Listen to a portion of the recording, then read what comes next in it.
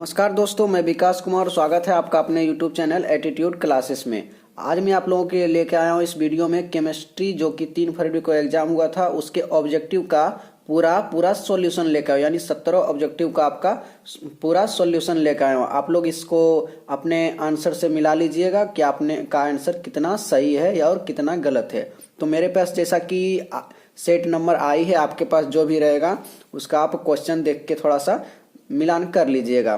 तो वीडियो की शुरुआत करने से पहले आप लोग क्या एक काम कीजिए कि वीडियो को लाइक कर दीजिए और अपने दोस्तों में शेयर करना ना भूलें, ताकि आपके दोस्त भी अपने आंसर को अच्छे से मिलान कर सके। तो चलिए बिना देर किए हुए क्वेश्चन को शुरू करते हैं। आपका पहला सवाल दिया गया है कि अभिक्रिया निम्न में को करने पर, यानी CHO के साथ जब अभिक्रिया को कराया जाता है, HI की उपस्थिति में गर्म किया जाता है, तो क्या उत्पाद के रूप में क्या बनता है।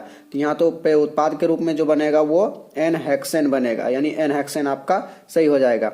सवाल नंबर दूसरा है कि निम्न में किसमें PN और P पाई और D पाई बंधन बनता है। तो P पाई और D पाई बंधन जो बनता है वो इसमें बनेगा SO3 पर 2- में। चलिए अगला सवाल है आपका, वर्ग 16 के तत्व कहलाते हैं। तो वर्ग 16 के तत्व कहलाते हैं कैल्कोजेन, क्योंकि हाइड्रोजन तो वर्ग 17 के कहलाते हैं और डी ब्लॉक के कहलाते हैं संक्रमण तत्व, और उत्कृष्ट गैस वर्ग 18 के तत्व कहलाते हैं। यहाँ पे कैल्कोजेन जो हो जाएगा सही आंसर हो जाएगा। आप लोग अपने हिसाब से अपने उत्तर के क्वेश्चन के सेट के हिसाब से आप लोग मिलान कर लीजिएगा, लेकिन क्वेश्चन यही रहेगा, भले ही वो इधर उधर बिखरा पड़े रहेगा। चलिए अगला सवाल है यहाँ पे, प्रथम संक्रमण श्रेणी में उच्चतम ऑक्सीजन अवस्था प्रदर्शित करने वाला तत्व है। तो उसका जो सही आंसर हो जाएगा Mn हो जाएगा, Mn, क्योंकि Mn ही सबसे ज्यादा ऑक्सीजन अवस्था दिखाता है। ये +2 से लेके +7 तक ऑक्सीजन अवस्था दिखाने की क्षमता रखता है। चलिए अगला सवाल है, निम्न में से किस तत्व में 4F ऊर्जा स्तर क्रमिक रूप से बढ़ता है। तो लैंथेनाइड सीरीज वाला जो तत्व रहता है उसमें 4F जो रहता है पूरी लगभग भर जाता है, यानी क्रमिक रूप से भरता है। चलिए अगला सवाल है कि दिया हुआ है, ये एक जटिल यौगिक दिया हुआ है, पूछ रहा है इसमें Cr की उपसंयोजक संख्या कितनी होगी। तो इसमें Cr जो की उपसंयोजक संख्या जो होगी, मैंने आपको क्लास में निकालने के लिए आपको बताया था। तो यहाँ पर मैं उतना ज़्यादा बताऊंगा नहीं, क्योंकि वीडियो लंबा ज़्यादा हो जाएगा और हमको 17 क्वेश्चन करना है। तो इसका जो आंसर हो जाएगा ऑप्शन नंबर डी हो जाएगा 6, इसका सही आंसर होगा, यानी Cr की उपसंयोजक संख्या 6 होगी। चलिए अगला सवाल देखते हैं। यहाँ पे अगला सवाल है कि किसी सेल अभिक्रिया की साम्य अवस्था पर सेल का विद्युत वाहक बल होता है। तो हमारे ख्याल से जो इसका आंसर हो जाएगा 0 हो जाएगा, ऑप्शन नंबर बी इसका करेक्ट आंसर हो जाएगा। चलिए अगला सवाल देखते हैं, मानव शरीर नहीं उत्पन्न कर सकता है। तो आप लोग जानते हैं कि मानव शरीर में एंजाइम उत्पन्न कर सकता है, DNA उत्पन्न कर सकता है, हार्मोन्स भी उत्पन्न कर सकता है, पर विटामिन का उत्पन्न मानव शरीर नहीं कर सकता, यानी विटामिन उत्पन्न नहीं कर सकता। तो ऑप्शन नंबर सी यहाँ पे करेक्ट हो जाएगा। चलिए अगला दिया हो गया है, ये जो दिया गया है इसमें पूछ रहा है कि ये क्या है। तो ये डेनियल सेल है, तो इसका आंसर हो जाएगा बी, डेनियल सेल। चलिए अगला सवाल देखते हैं। अगला सवाल है कि CH3CN के अवकरण से प्राप्त होता है, यानी इसके अवकरण से क्या प्राप्त होता है। तो इसके अवकरण से जो होता है इथाइलएमीन प्राप्त होता है। इथाइलएमीन का सूत्र यहाँ पे दिया गया है, ऑप्शन नंबर सी यहाँ पे सही हो जाएगा। और चलिए अगला सवाल है, इसमें कौन सबसे प्रबल है, यानी जिसमें ऑक्सीजन की संख्या ज्यादा होगी वो सबसे प्रबल होगा। तो ऑक्सीजन का संख्या इसमें ऑप्शन नंबर ए HClO4 में ज्यादा होगी। तो ऑप्शन नंबर ए यहाँ पे करेक्ट हो जाएगा। चलिए अगला सवाल है कि 234.2 ग्राम चीनी के घोल में 34.2 ग्राम चीनी है, घोल का मोलर सांद्रण क्या होगा। तो इसके लिए सूत्र होता है M बराबर W2 गुना 1000 और बटा M2 गुना V होता है। तो यहाँ पे जो दिया गया है W2 का मान यहाँ पे दिया गया है 34.2 और 1000 से गुना करेंगे और 342, यहाँ पे ये 342 दिया गया है आपका। इसका कैलकुलेशन करके 342 आपका यहाँ पे दिया गया, ये M2 का मान दिया गया है निकल जाएगा और चीनी वाला जो निकालिएगा 342 चला आएगा M2 का मान। और यहाँ पे दिया गया है आपका V का मान दिया गया इतना। आप लोग इसको कैलकुलेशन करके जितना आंसर आएगा उसमें टिक लगा लीजिएगा। कैलकुलेशन करेंगे तो थोड़ा सा ज़्यादा हो जाएगा। कैलकुलेशन आप इसी तरह कीजिएगा। चलिए अगला सवाल यह है, निम्न अभिक्रिया का प्रमुख प्रतिफल निम्नलिखित में कौन है। यानी अभिक्रिया जो है ये CHCl3 + O2 प्रकाश की उपस्थिति में अभिक्रिया कराई जाती है तो प्रतिफल यानी क्या बनता है। तो यहाँ पर बनेगा COCl2 + HCl। COCl2 option number सी में है तो ऑप्शन नंबर सी यहाँ पे सही हो जाएगा। चलिए अगला सवाल देखते हैं। अगला सवाल पूछ रहा है आयोप्सी प्रणाली में एसीटोन का नाम क्या है। तो आयोप्सी प्रणाली में एसीटोन का नाम प्रोपेनोन होता है तो प्रोपेनोन यहाँ पे ऑप्शन नंबर सी सही हो जाएगा। चलिए अगला सवाल है अनुचुंबकीय प्रदर्शित करने वाला पदार्थ है। तो अनुचुंबकीय वाला में आपको पता है अनुचुंबकीय वही होता है जिसमें अयुग्मित इलेक्ट्रॉन पाए जाते हैं। तो ये अनुचुंबकीय वो होता है जिसमें अयुग्मित इलेक्ट्रॉन नहीं पाए जाते हैं। पारा यानी अनुचुंबकीय अयुग्मित इलेक्ट्रॉन पाए जाने वाले होते हैं, सॉरी, तो पाए जाने वाले तो अयुग्मित इलेक्ट्रॉन इसमें पाए जाएंगे ऑक्सीजन में। तो ऑक्सीजन वाला यहाँ पे सही हो जाएगा, ऑप्शन नंबर बी करेक्ट हो जाएगा। चलिए अगला सवाल है मिथाइल एमीन को बनाया जाता है। तो मिथाइल एमीन को हॉफमैन ब्रोमाइड अभिक्रिया द्वारा बनाया जाता है तो ऑप्शन नंबर बी यहाँ पे सही हो जाएगा। थोड़ा मैं फास्ट वीडियो कर रहा हूँ क्योंकि 70 क्वेश्चनों को करना है, ऐसे वीडियो लंबा भी हो जाएगा और 70 क्वेश्चन नहीं हो पाएगा, इसलिए हमें पूरा सॉल्यूशन करना है, इसलिए जल्दी कर रहा हूं मैं। तो अगला है कॉपर पायराइड का सूत्र है। तो कॉपर पायराइड का जो सूत्र होता है CuFeS2 होता है तो ऑप्शन नंबर बी यहाँ पे सही हो जाएगा, CuFeS2। आप लोग मिलान कर लीजिएगा, सिर्फ क्यों हुआ कैसे हुआ ये सब क्लास में हम डिस्कस कर चुके हैं और आगे भी करते रहेंगे। यहाँ देखिए अगला सवाल है 0.01 m ग्लूकोज बिलियन की तुलना में 0.01 m MgCl2 बिलियन हिमांक के अनुमान है। तो यहाँ पर ग्लूकोज का जो होता है एक अणु होता है यहाँ पे 3, तो 1 × 3 यानी लगभग तिगुना हो जाता है, लगभग तिगुना। मैंने यहाँ पे आंसर पहले से टिक करके रखा है ताकि आप लोगों को दिक्कत ना हो। चलिए अगला है ज्यूटर आयन बनाने में कौन समर्थ है। ज्यूटर आयन बनाने में आपको पता है कि एमिनो एसिड जो होता है वो समर्थ रहता है तो एमिनो एसिड यहाँ पे ऑप्शन नंबर डी यहाँ पे करेक्ट हो जाएगा। चलिए अगला देखते हैं, एमिनो एसिड हो गया। अगला है प्रगलन विधि में धातु के ऑक्साइड के अपचयन में प्रयुक्त होता है। तो पता होगा कि प्रगलन विधि में कार्बन का यूज करते हैं, कार्बन के साथ किसी को गर्म करते हैं तो यहाँ पे ऑप्शन नंबर सी करेक्ट हो जाएगा प्रगलन विधि में। अगला एक शून्य कोटि की अभिक्रिया A+B रिएक्शन C के लिए दर होता है। तो शून्य कोटि के लिए अभिक्रिया के लिए कर रहा है तो A पर पावर 0 B पर पावर 0, क्योंकि शून्य कोटि कर रहा है यानी कोटि इसका शून्य करना, तो ऑप्शन नंबर ए यहाँ पे करेक्ट हो जाएगा। चलिए अगला है रासायनिक अधिशोषण में कितनी परतें होती है। रासायनिक अधिशोषण में 1 परतें होती है। अगर यहाँ पर रहता भौतिक अधिशोषण में कितनी परतें होती है तो भौतिक अधिशोषण में बहु परतें होती है यानी बहुत सारा परतें, तो वहाँ पे अनेक हो जाता है और यहाँ पे होगा 1 यानी ऑप्शन नंबर ए। चलिए अगला सवाल बेकेलाइट फिनोल से किसके साथ अभिक्रिया द्वारा प्राप्त होता है। तो बेकेलाइट जो फिनोल से होता है फॉर्मल्डिहाइड से प्राप्त होता है, ये मैंने आपको क्लास में डिस्कस करा दिया था, यहाँ सिर्फ आप मिलाते चलो। चलिए अगला सवाल देखते हैं। अगला सवाल है यहाँ पे उपसंयोजक यौगिक, ये फिर एक जटिल यौगिक दिया गया है। इसमें निकेल की ऑक्सीकरण अवस्था पूछी जा रही है। तो यहाँ पे निकेल की जो ऑक्सीकरण अवस्था होगी निकालने पर आपको +4 -4 यानी CN पे 1 माइनस होता है तो निकल जाएगा इसका 0, यानी +4 -4 0 हो जाएगा। तो निकेल का ऑक्सीजन संख्या 0, ऑक्सीजन अवस्था 0 हो जाएगी तो ऑप्शन नंबर ए यहाँ पे करेक्ट हो जाएगा। इसमें पूछ रहा है कौन अत्यधिक अम्लीय है, अत्यधिक क्षारीय, सॉरी कौन अत्यधिक क्षारीय है। तो अत्यधिक क्षारीय होता है, आपको मैंने बताया था 312, एक लॉजिक बताया, यानी सबसे कम क्षारीय 3 डिग्री, उसके बाद 1 डिग्री, फिर 2 डिग्री। तो 2 डिग्री यहाँ पे कौन है, ये है ऑप्शन नंबर डी करेक्ट हो जाएगा, ऑप्शन नंबर डी। चलिए अगला पूछ रहा है मोनोहाइड्रिक, अगला पूछ रहा है मोनोहाइड्रिक एल्कोहल का सामान्य सूत्र। तो एल्कोहल अगर उठा लीजिए, मान लीजिए C2H5OH उठा लीजिए, ये भी एक प्रकार का एल्कोहल है, मोनोहाइड्रिक पूछा है यानी। तो एल्कोहल ये किस सूत्र पर है, 2 2 दूनी 4 1 5, तो हो जाएगा ये वाला ऑप्शन नंबर ए करेक्ट हो जाएगा, मोनोहाइड्रिक एल्कोहल का सामान्य सूत्र। अगला पूछ रहा है कि दूध निम्नलिखित में किसका उदाहरण। दूध द्रव में द्रव माध्यम में द्रव के कण प्रक्षेपित रहते हैं तो पायस का उदाहरण है, पायस, दूध एक पायस, इसको अंग्रेजी में इमल्शन कहते हैं। चलिए अगला पूछ रहा है गैलेना किसका अयस्क है। गैलेना है PB यानी सीसा का अयस्क है। यानी गैलेना सीसा का अयस्क है। तो ऑप्शन नंबर बी करेक्ट हो जाएगा। पूछ रहा है दूसरा अगला सवाल में, बेरबदार ठोस का उदाहरण है। तो बेरबदार ठोस जिसे काटने पर खुरदरे रूप में कटे, तो रबड़ चिकने में कटते हैं, हीरा तो चिकने में कटते हैं, नमक भी चिकने में कटते हैं, जबकि रबड़ जो होता है खुरदरे में कटता है। तो पूछना यहाँ चाह रहा था अक्रिस्टलीय ठोस यानी एमरफोस सॉलिड पूछ रहा है। बेरबदार उसी का हिंदी होता है। तो लिख सकते हैं, अलग अलग तरीके से लिख सकते हैं। तो यहाँ पे रबड़ को काटने पर अक्रिस्टलीय होगा, यानी रबड़ खुरदरे भाग में कटता है, तो रबड़ यहाँ पे डी आंसर हो जाएगा। पूछ रहा है अभिक्रिया C2H5Br को KH और एल्कोहलिक का उत्पाद बनता है। तो यहाँ पर एल्कोहलिक उत्पाद बनता है KBr plus H2O plus C2H4। तो C2H4 बनता है, तो C2H4 को C2H4 इसको इस तरह से लिख सकते हैं। तो यहाँ पे CH2 double bond CH2 answer हो जाएगा ऑप्शन नंबर ए। चलिए अगला सवाल देखते हैं। अगला सवाल देखते हैं, मैं वीडियो को बहुत छोटा रखने की कोशिश करूंगा।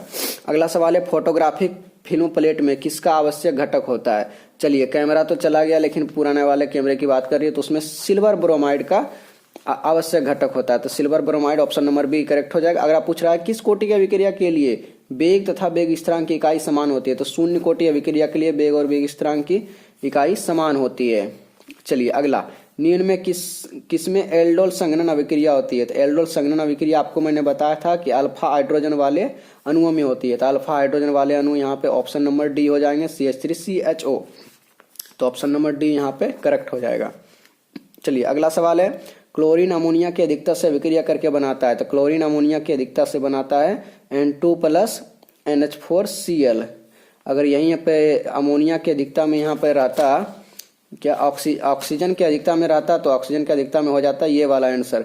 लेकिन यहाँ पे है क्या, अमोनिया की अधिकता में। अमोनिया की अधिकता में हो जाएगा ऑप्शन नंबर सी, N2 प्लस NH4Cl हो जाएगा। चलिए अगला सवाल देखते हैं, कौन ताप द्वारा प्रभावित नहीं होता है। तो ताप द्वारा प्रभावित नहीं कौन होता है, जिसमें भी यानी आयतन जिसमें नहीं रहता है। तो आपको पता है कि मोललता जो होता है वो ताप द्वारा प्रभावित नहीं होता है, जबकि ये नॉर्मलता, मोलरता और फॉर्मलता ये सब ताप द्वारा प्रभावित होता है। मोलरता यहाँ पे ऑप्शन नंबर बी आपका करेक्ट हो जाएगा।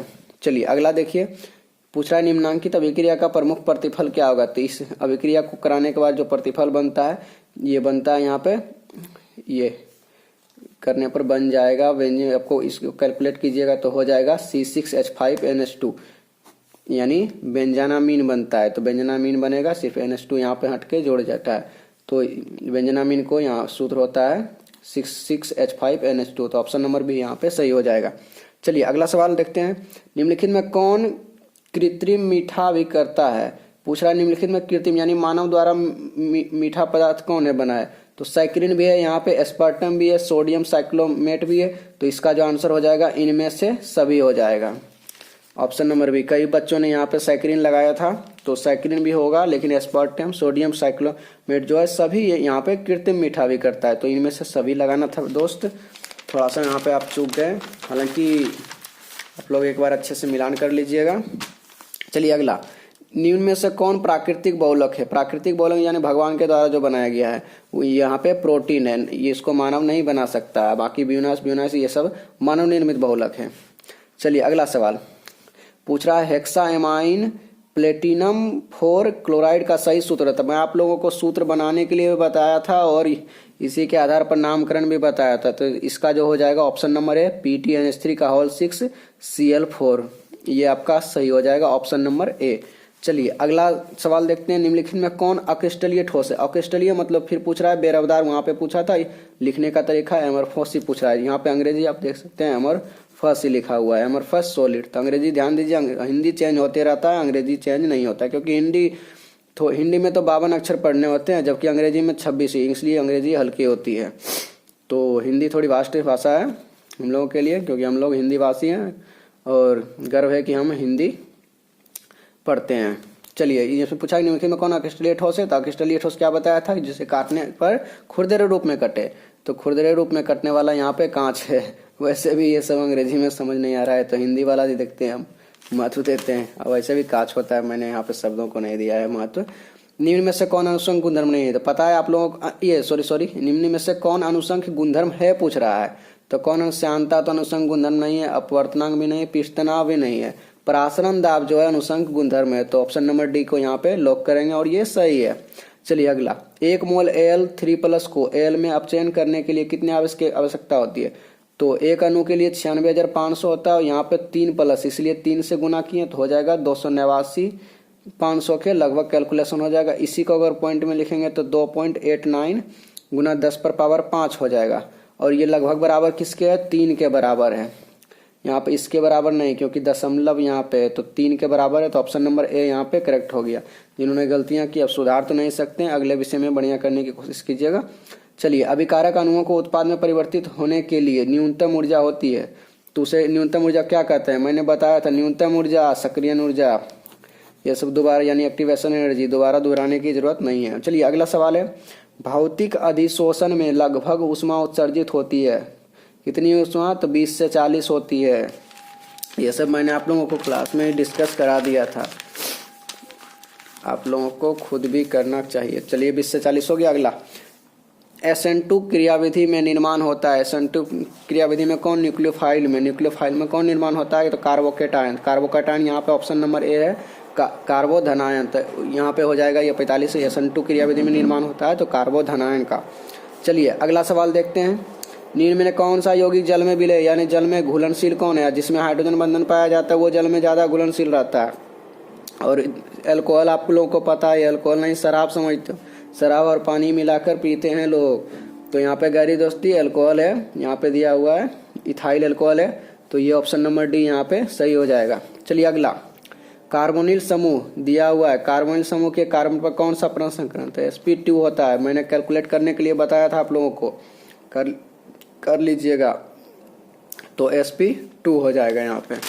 चलिए अगला सवाल देखते हैं, फॉर्मल्डिहाइड को NaOH के विलयन के साथ गर्म करने पर प्राप्त होता है। तो ये जो कैनिजारो रिएक्शन है, इसमें क्या होता है? HCHO को NaOH के साथ रिएक्शन कराते हैं तो HCOONA बनता है और साथ में बनता है HCHO, उसके बाद CH3OH। तो यहाँ पे मिथाइल अल्कोहल बना है, तो मिथाइल अल्कोहल कहीं ऑप्शन में है, तो मिथाइल को यहाँ पे, मिथाइल देखिए अंग्रेजी में मिथाइल लिखा है पर हिंदी में मेथिल लिखा है, तो अंग्रेजी मैंने पहले ही बोला था कि अंग्रेजी आसान है, तो ऑप्शन नंबर सी यहाँ पे सही हो जाएगा।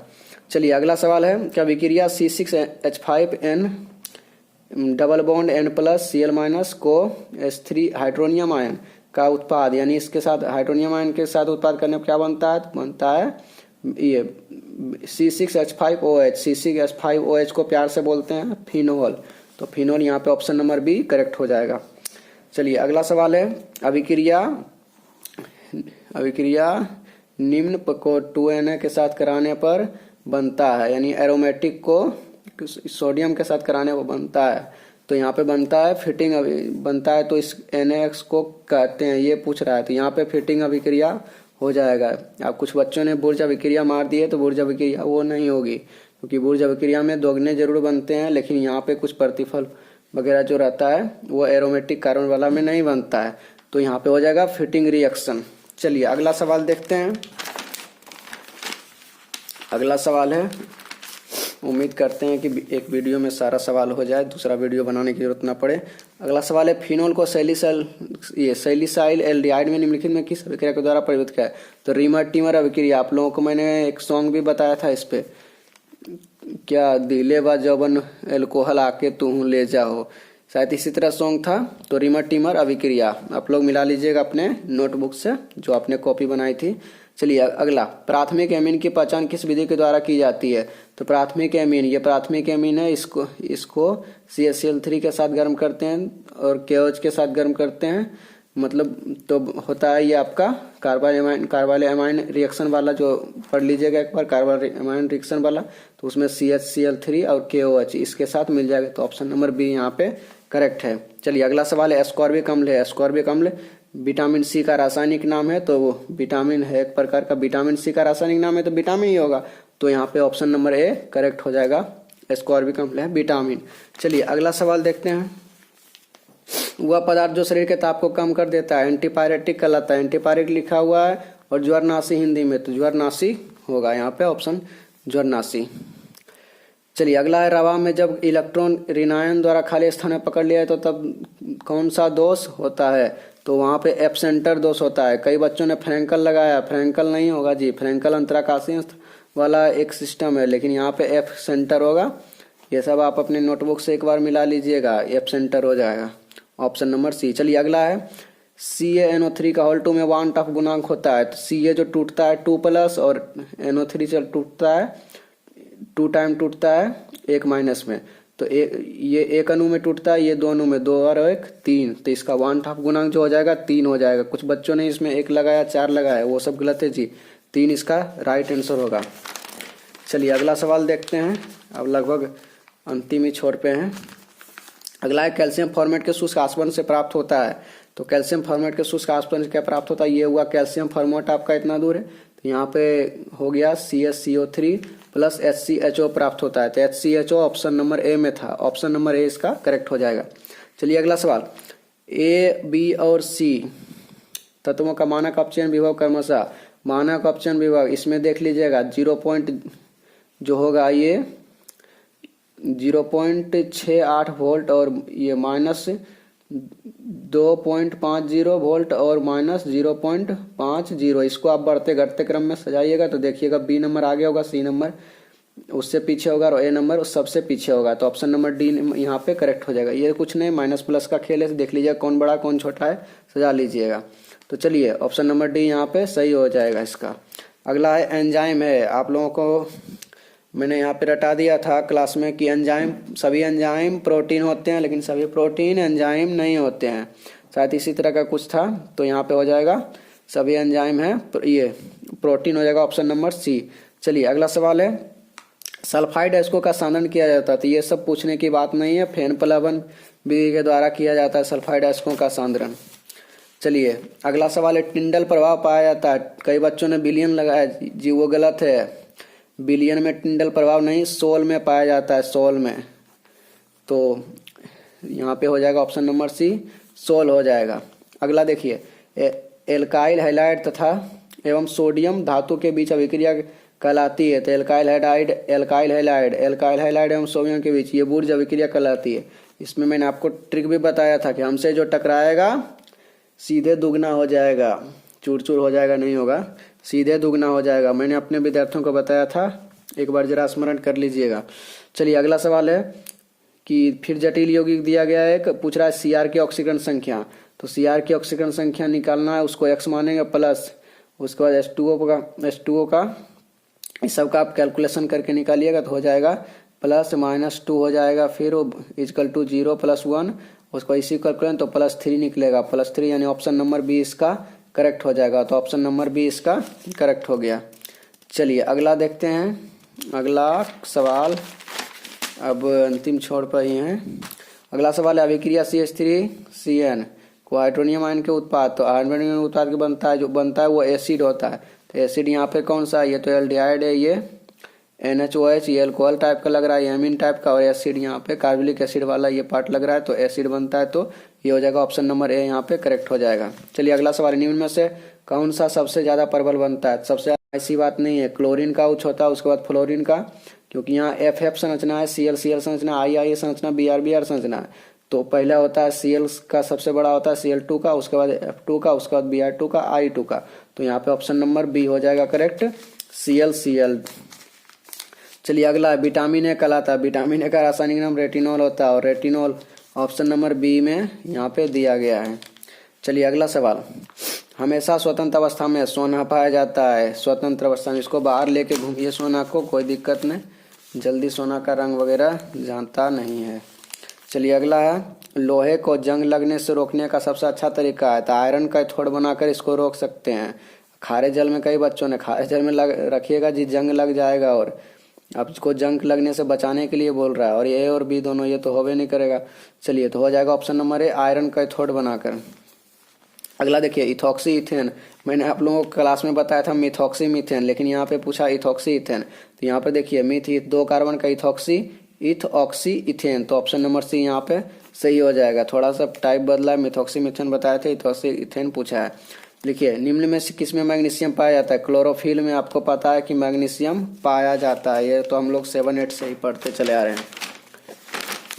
चलिए यहाँ पे सवालों का सिलसिला खत्म हो गया। 70 क्वेश्चन मैंने आप लोगों को करा लिया। आप लोग कमेंट बॉक्स में सिर्फ स्कोर बताइए कि आप लोगों ने कितने क्वेश्चन को कर पाए। हालांकि आप लोगों को करना तो 35 था ही, लेकिन मैंने 70 बता दिया क्योंकि कुछ बच्चों का पता नहीं रहता कि कितने कितने नंबर में बनाए हैं। तो आप लोगों को करना था कितना, 70 सवाल में से 35 सवाल आप लोगों को करना था। तो आप लोग उम्मीद है कि बढ़िया से एग्जाम को प्रिपेयर किए होंगे। आप लोग एक बार मिला लीजिएगा, कमेंट में अपना स्कोर बताइए कि आप लोगों ने कितना स्कोर किया है, और हो सके तो वीडियो को शेयर कीजिए अपने दोस्तों में, वो भी मिला लें। तब तक मिलेंगे अगले वीडियो में कुछ और सवालों को लेकर। तब तक के लिए दुआओं में याद रखिएगा। धन्यवाद।